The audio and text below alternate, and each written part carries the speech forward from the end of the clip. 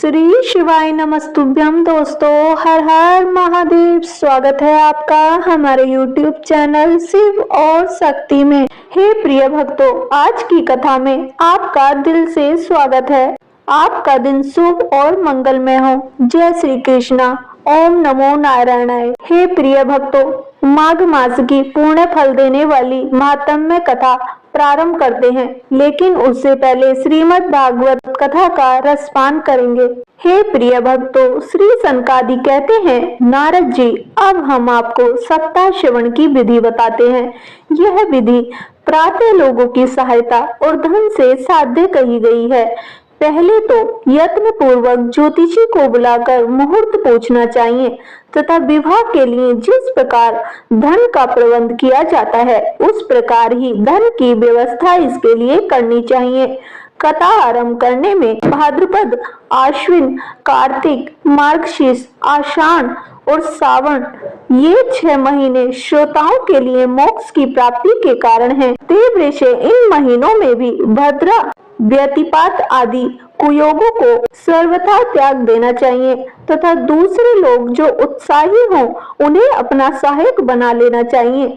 फिर प्रयत्न करके देश देशांतरों में यह संवाद भेजना चाहिए कि यहाँ कथा होगी। सब लोगों को सपरिवार पधारना चाहिए। स्त्री और शूद्रादि भगवत कथा एवं संकीर्तन से दूर पड़ गए हैं, उनको भी सूचना हो जाए, ऐसा प्रबंध करना चाहिए। देश देश में जो विरक्त, वैष्णव और हरि कीर्तन के प्रेमी हो, उनके पास निमंत्रण पत्र अवश्य भेजें। उसे लिखने की विधि इस प्रकार बताई गई है। महानुभावों, यहाँ 7 दिन तक सत्पुरुषों का बड़ा दुर्लभ समागम रहेगा और अपूर्व रसमयी श्रीमद् भागवत की कथा होगी।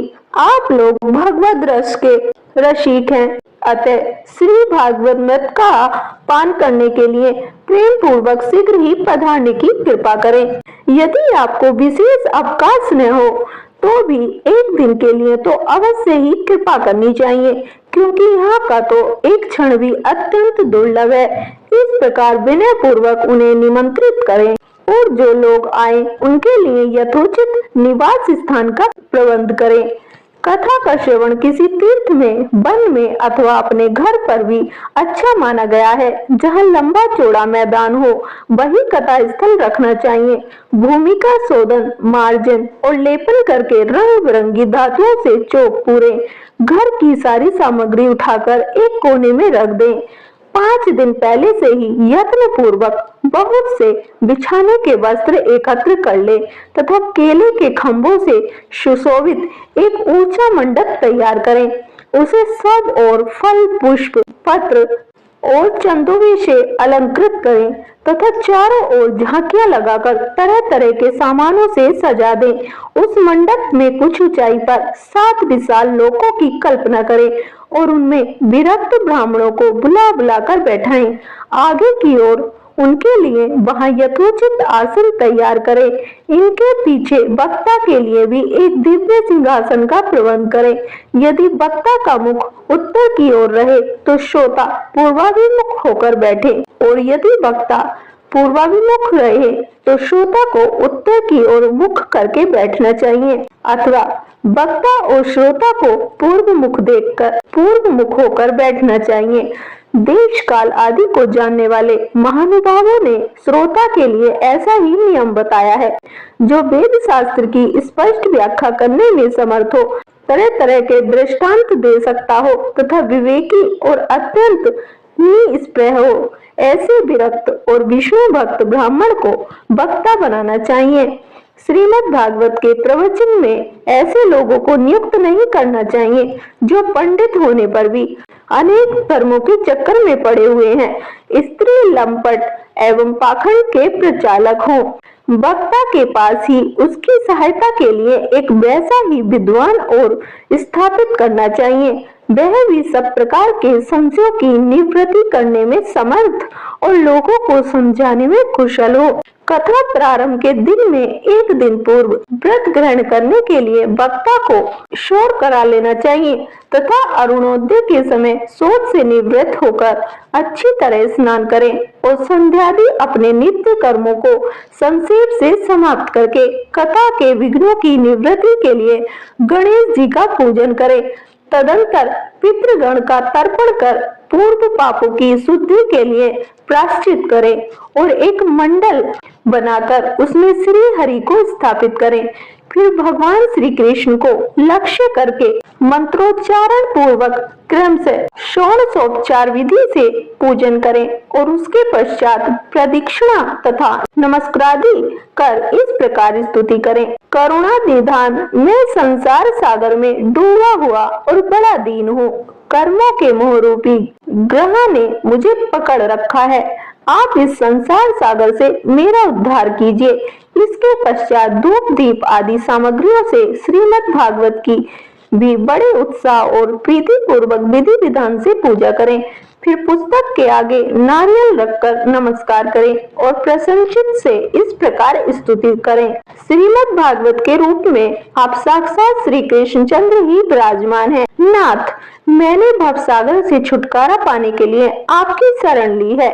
मेरा यह मनोरथ आप बिना किसी विघ्न बाधा के क्षणोपांग पूरा करें। हे केशव, मैं आपका दास हूँ। इस प्रकार दीन वचन कहकर फिर वक्ता का पूजन करें, उसे सुंदर वस्त्राभूषणों से विभूषित करें और फिर पूजा के पश्चात उसकी इस प्रकार स्तुति करें। सुख स्वरूप भगवान, आप समझाने की कला में कुशल और सब शास्त्रों में पारंगत हैं। कृपया इस कथा को प्रकाशित करके मेरा अज्ञान दूर करें। फिर अपने कल्याण के लिए प्रसन्नता पूर्वक उसके सामने नियम ग्रहण करें और 7 दिनों तक यथाशक्ति उसका पालन करें। कथा में विघ्न न हो इसके लिए 5 ब्राह्मणों को और वरण करें।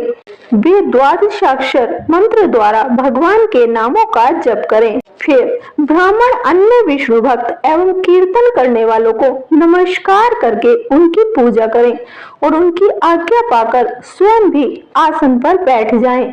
जो पुरुष लोक संपत्ति, धन, घर और पुत्रादि की चिंता छोड़कर शुद्ध चित्त से केवल कथा में ही ध्यान रखता है, उसे इसके श्रवण का उत्तम फल मिलता है। बुद्धिमान वक्ता को चाहिए कि सूर्योदय से कथा आरंभ करके 3:30 पहर तक मध्यम स्वर से अच्छी तरह कथा वाचे। दोपहर के समय 2 घड़ी तक कथा बंद रखें। उस समय कथा के प्रसंग के अनुसार वैष्णवों को भगवान के गुणों का कीर्तन करना चाहिए। व्यर्थ बातें नहीं करनी चाहिए। कथा के समय मलमूत्र के वेग को काबू में रखने के लिए अल्पाहार सुखकारी होता है, इसलिए श्रोता केवल एक ही समय हविष्यान्न भोजन करें। यदि शक्ति हो तो 7 दिन निराहार रहकर कथा सुने अथवा केवल घी या दूध पीकर सुख पूर्वक श्रवण करें अथवा फलाहार या एक ही समय ही भोजन करें। जिससे जैसा नियम सुविधि से सध सके उसी को कथा श्रवण के लिए ग्रहण करें। मैं तो उपवास की अपेक्षा भोजन करना अच्छा समझती हूँ, यदि वह कथा श्रवण में सहायक हो। यदि उपवास से श्रवण में बाधा पहुँचती हो तो वह किसी काम का नहीं।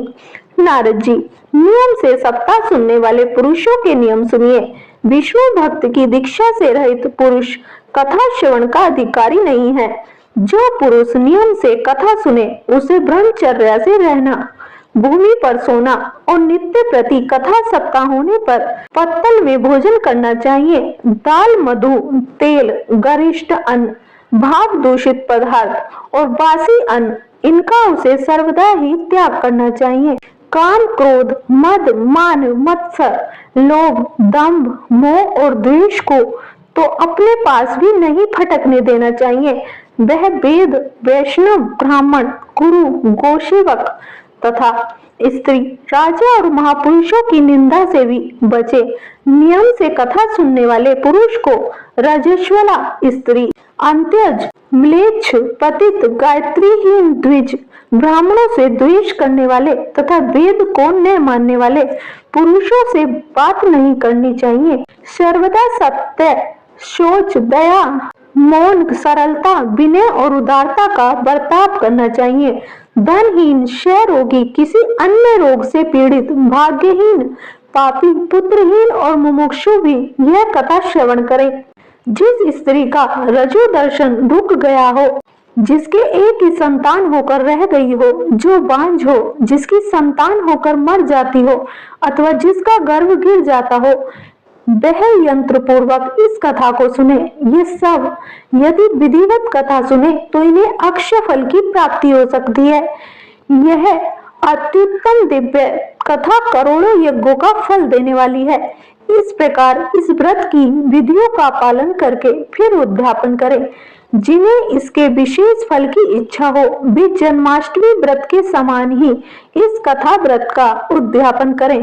किंतु जो भगवान के अकिंचन भक्त हैं, उनके लिए उद्यापन का कोई आग्रह नहीं है। वे श्रवण से ही पवित्र हैं, क्योंकि वे तो निष्काम भगवत हैं। इस प्रकार जब सप्ताह यज्ञ समाप्त हो जाए, तब श्रोताओं को अत्यंत भक्ति पूर्वक पुस्तक और वक्ता की पूजा करनी चाहिए।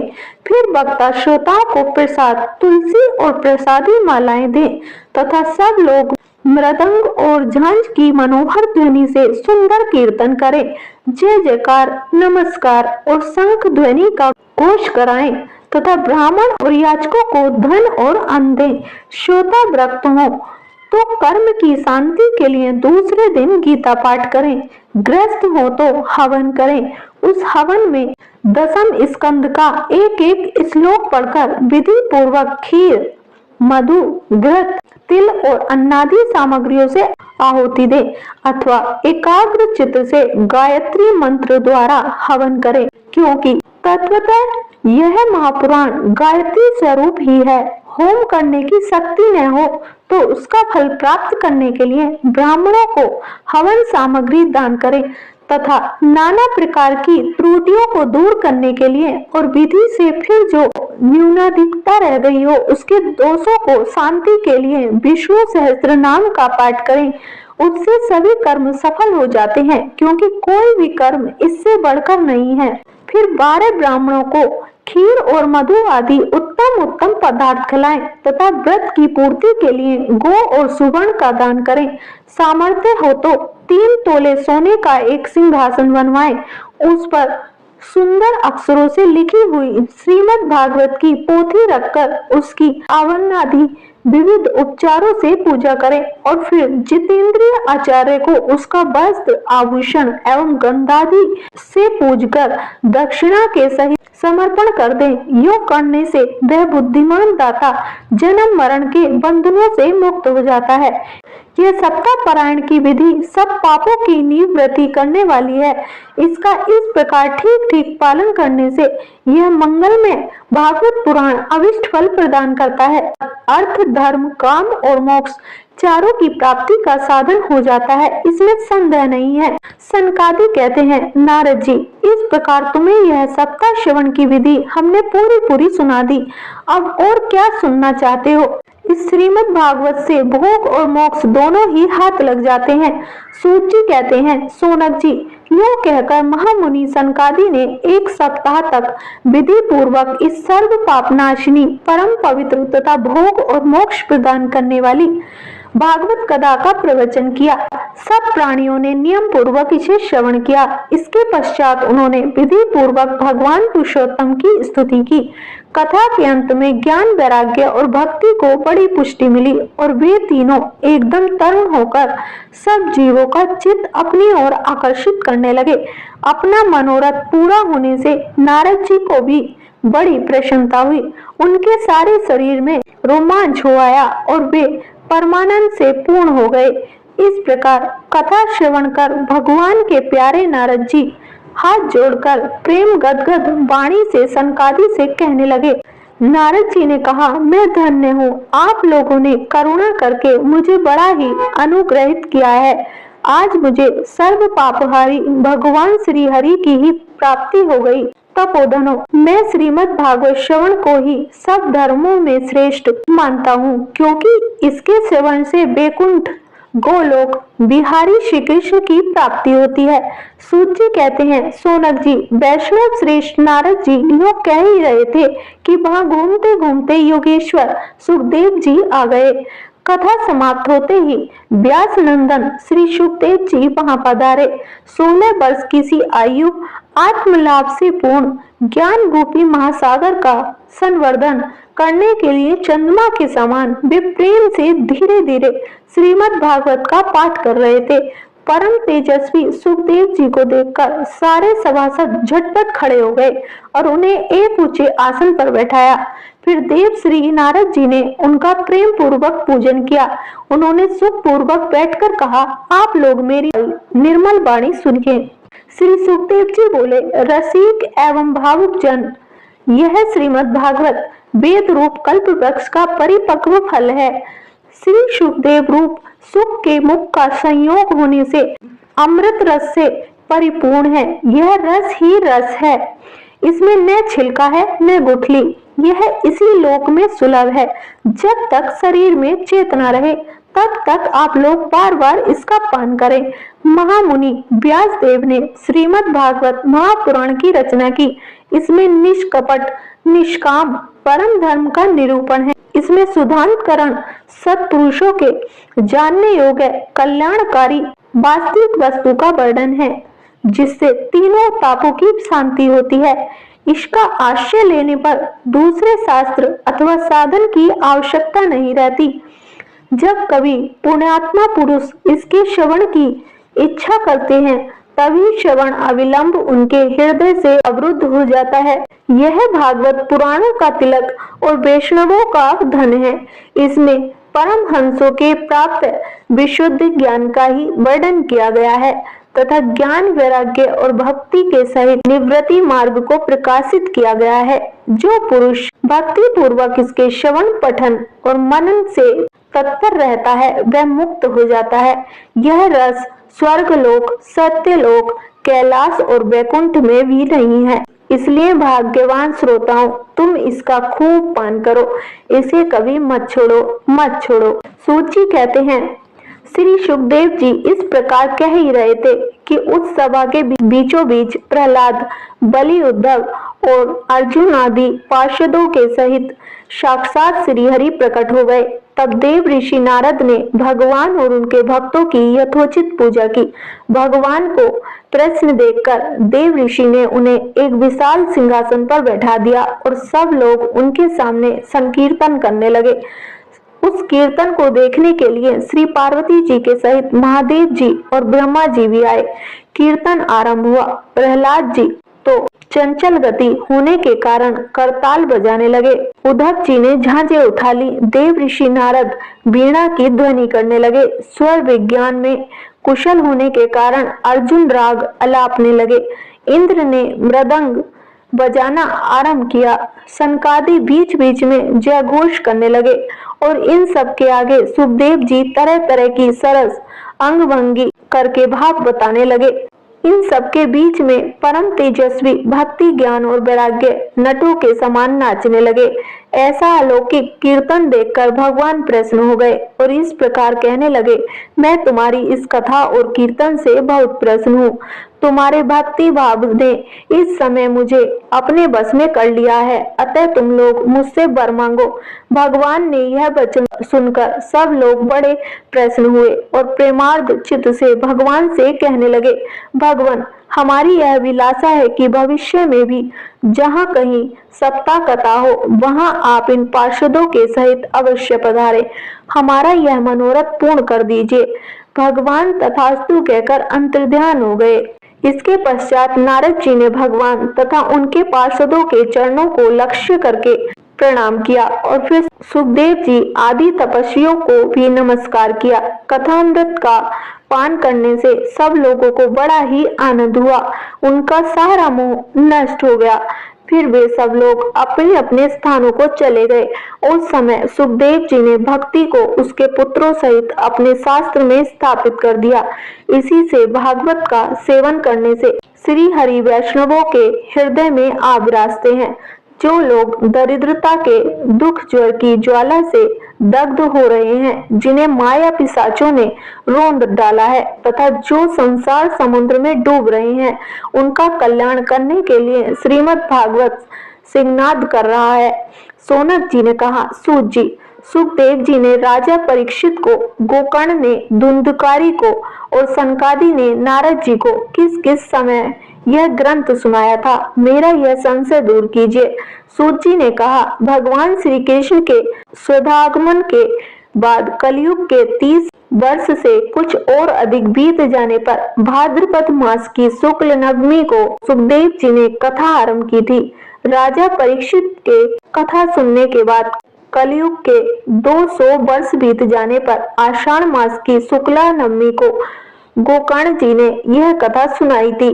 इसके पीछे कलयुग के 30 वर्ष और निकल जाने पर कार्तिक शुक्ला नवमी से सनकादि ने कथा आरंभ की थी। निष्पाप सोनक जी, आपने जो कुछ पूछा था उसका उत्तर मैंने आपको दे दिया। इस कलयुग में भागवत की कथा भव रोग की रामबाण औषधि है। संतजन, आप लोग आदर पूर्वक इस कथा अमृत का पान कीजिए।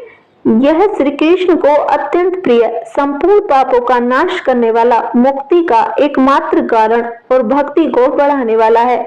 लोक में अन्य कल्याणकारी साधनों का विचार करने और तीर्थों का सेवन करने से क्या होगा? अपने दूत को हाथ में पाश लिए देखकर यमराज उसके कान में कहते हैं, देखो, जो भगवान की कथा वार्ता में मत हो रहे हो उनसे दूर रहना। मैं औरों को ही दंड देने की शक्ति रखता हूँ, वैष्णवों को नहीं। इस असार संसार में विषय रूप विष की आसक्ति के कारण व्याकुल बुद्धि वाले पुरुषों, अपने कल्याण के उद्देश्य से आधे क्षण के लिए भी इस सुख कथा रूप अनुपम सुधा का पान करो। प्यारे भाइयों, निंदित कथाओं से युक्त कुपथ में व्यर्थ ही क्यों भटक रहे हो? इस कथा के कान में प्रवेश करते ही मुक्ति हो जाती है। इस बात के साक्षी राजा परीक्षित हैं। श्री सुखदेव जी ने प्रेम रस के प्रभाव में स्थित होकर इस कथा को कहा था। इसका जिसके कंठ से संबंध हो जाता है वह बैकुंठ का स्वामी बन जाता है। सोनक जी, मैंने अनेक शास्त्रों को देखकर आपको यह परम गोप्य रहस्य अभी अभी सुनाया है। सब शास्त्रों के सिद्धांतों का यही निचोड़ है। संसार में इस सुख शास्त्र से अधिक पवित्र और कोई वस्तु नहीं है। अतः आप लोग परमानंद की प्राप्ति के लिए इस द्वादश स्कंद रूप रस का पान करें।